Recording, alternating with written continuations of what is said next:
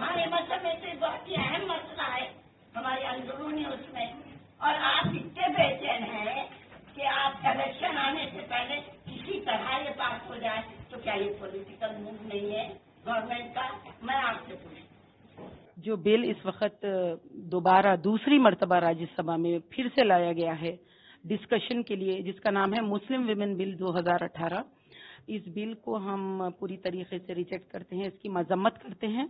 ہم کہتے ہیں کہ یہ بل سراسر خاندانی نظام کو اور ایک شادی کو توڑنے والا بل ہے۔ اس بل سے مسلمان عورت کو کچھ نہیں ملنے والا ہے۔